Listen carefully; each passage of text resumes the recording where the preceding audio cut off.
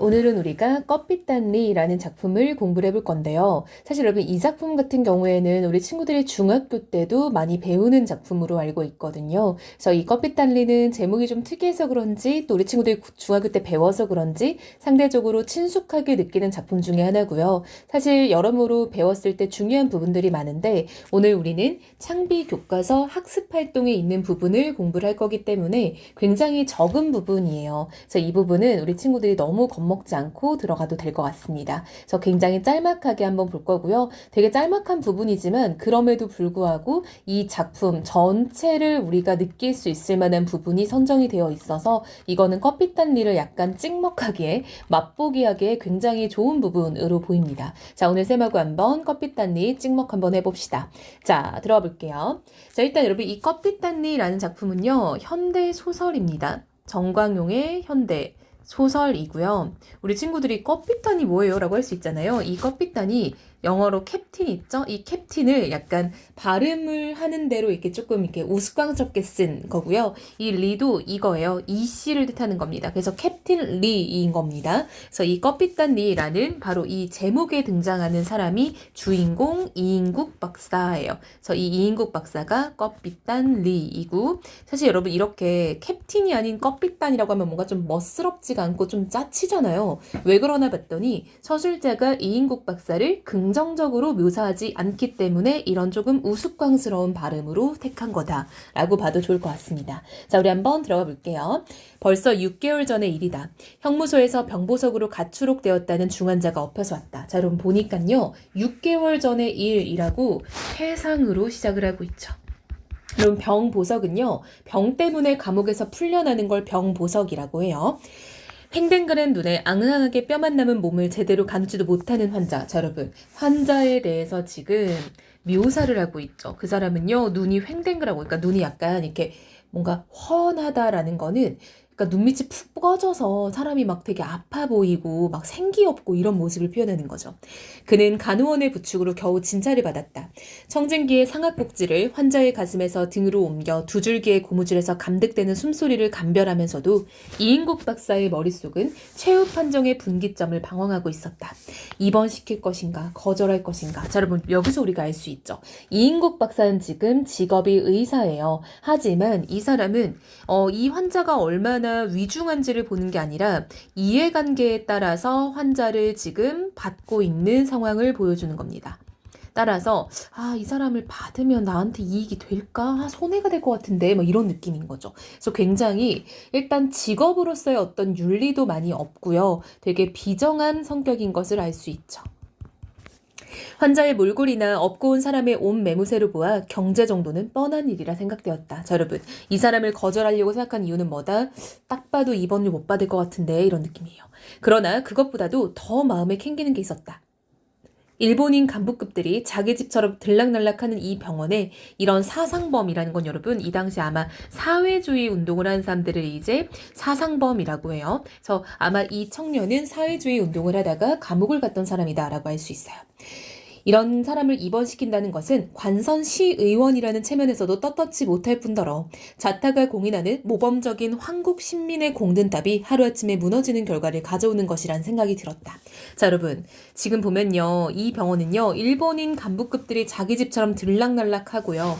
그리고 이 사람은 관선시의원을 하고 있고 모범적인 황국 신민의 공든탑이라는 말을 하는 걸 보니까 지금 이 이인국 박사는 엄청난 친일파다라는 거 알 수 있겠죠. 이 사람은 굉장히 친일 행적을 깊게 많이 하는 사람입니다. 순간 그는 이런 때의 가부 결정에 일도 양단하는 자기식으로 찰나적인 단안을 내었다. 여러분 가부는요. 내가 이거를 할까 말까의 결정에 일도 양단이라는 거는 머뭇거리지 않고 바로 딱 칼처럼 결정했다 이런 말이에요. 그는 응급치료만 하여주고 입원실이 없다는 가장 떳떳하고도 정당한 구실로 애걸하는 환자를 돌려보냈다.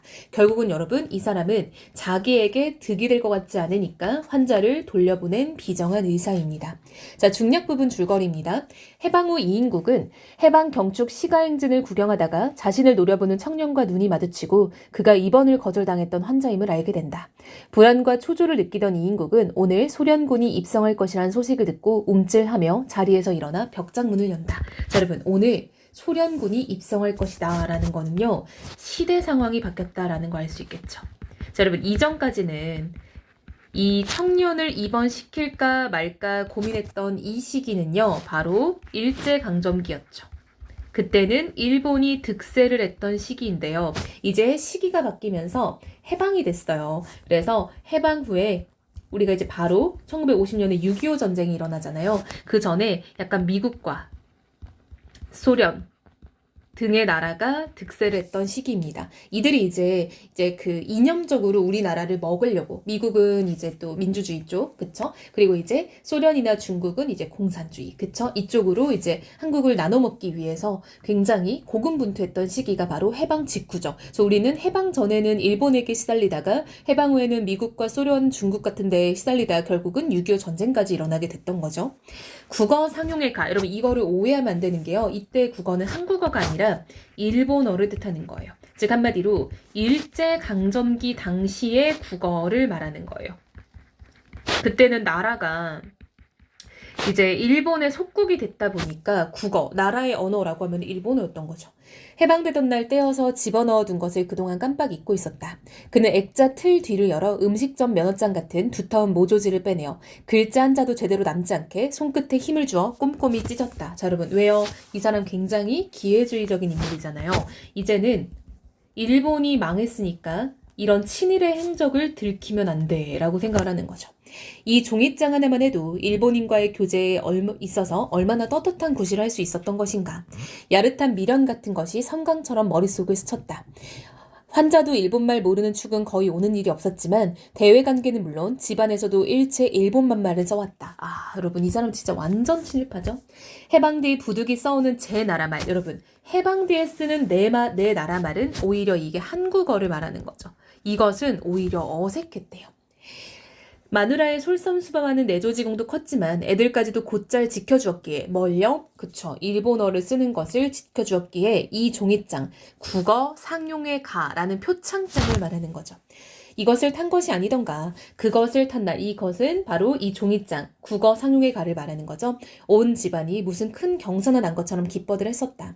잠꼬대까지 국어로 할 정도가 아니면 이 영예로운 기회 이꼴 뭡니까? 그쵸. 국어 상용의 가라는 종이 표창장을 말하는 거죠. 하던 국민총력연맹 지부장의 웃음 띤 티읕 소리가 떠올랐다. 자, 여러분 이 사람은 굉장히 찐하게 친일을 하다가 이제 일본이 망하고 나니까 또 다른 세력을 찾아 헤매고 있는 완벽한 기회주의자인 거 알 수 있겠죠. 자, 그러면 이 부분은요 좀 문제가 나올 수도 있을 것 같아요. 그쵸? 예를 들면은 이 A 일본말, 여긴 B 한국어, 이것들을 구분하는 거를 좀 물어볼 수 있지 않을까요? 그쵸? 여기 앞에 있었던 국어 상용회가 여기도 솔직히 물어볼 수 있을 거 아니에요? 그래서 이렇게 기호를 적고 이 부분이 의미하는 바가 뭐냐라고 물어볼 수 있을 것 같고요. 마찬가지로 이 종이장, 그것, 이 영예로운 기회, 그리고 국어 상용의 가, 이게 다 지금 같은 것을 의미하는 거죠. 이 종이장까지, 그쵸?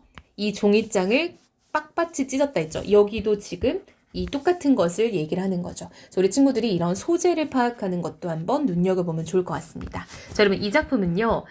해방 전후, 그쵸? 일제강점기부터 해방 직후의 모습을 시대로 해서 당시에 기회주의적으로 살았던 이인국 박사를 묘사함으로써 그러한 기회주의적인 인물을 비판, 풍자하는 효과를 가지는 것이죠.